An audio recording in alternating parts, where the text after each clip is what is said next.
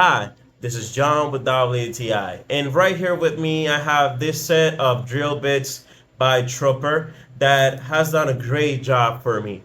So lately I just got a nice TV for my room and I started to make some drills for different things and decorations that I had to do for my room. And this guy here has done a great job. It's sturdy, it's strong, and it has this flexibility that you can have metal, you can go through no problem with concrete in my situation, or even wood. So at the same time, while being strong, and you're never gonna be in you're being scared that maybe that this drill bit is gonna break in half, like I've had an experience in the past.